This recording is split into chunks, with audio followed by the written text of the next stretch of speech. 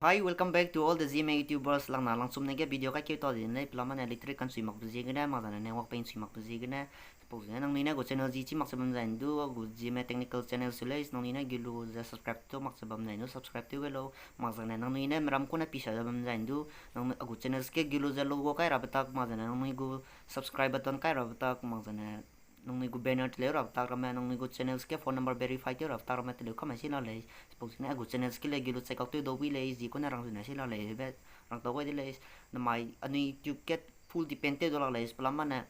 YouTube channels le je ko tinge dile to na rami ma na ko tinge apps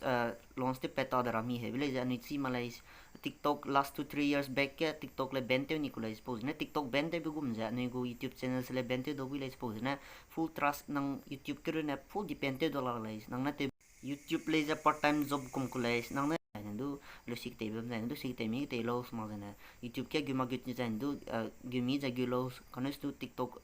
bente ni gum na YouTube le bente do wile exposing na YouTube ke full trust nang ni go respond ma tale na kai dollar le se berang tawe dile ma na no video upload de na timing tele de na i go le anu imra ma YouTube channel di di bro ma pi de na puni go timing tele ko nya le exposing na starting ga na anu ji ma YouTuber sam le je nang go video kat kai upload te ke ra bi hi ja timing tele de na i go le timing kai blog ga nang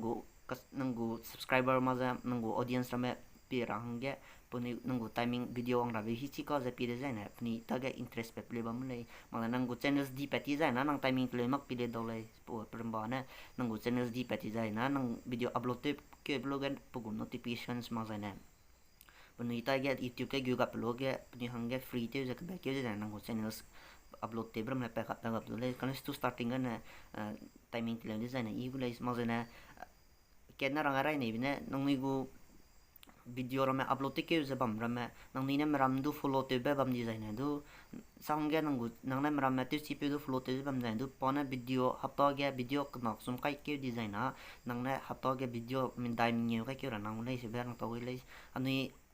puni go jisu di sai su yep ni go channels grow te le expose ne puni no competitive sai su ya video upload te le ze puni ne bin ye me kai ke za ni ya sru go me kai ke ra te le hapta long ki ge ma ne hapta ge puni ne ke ka na kai jana ani go chum dai kai ra le he ber to magana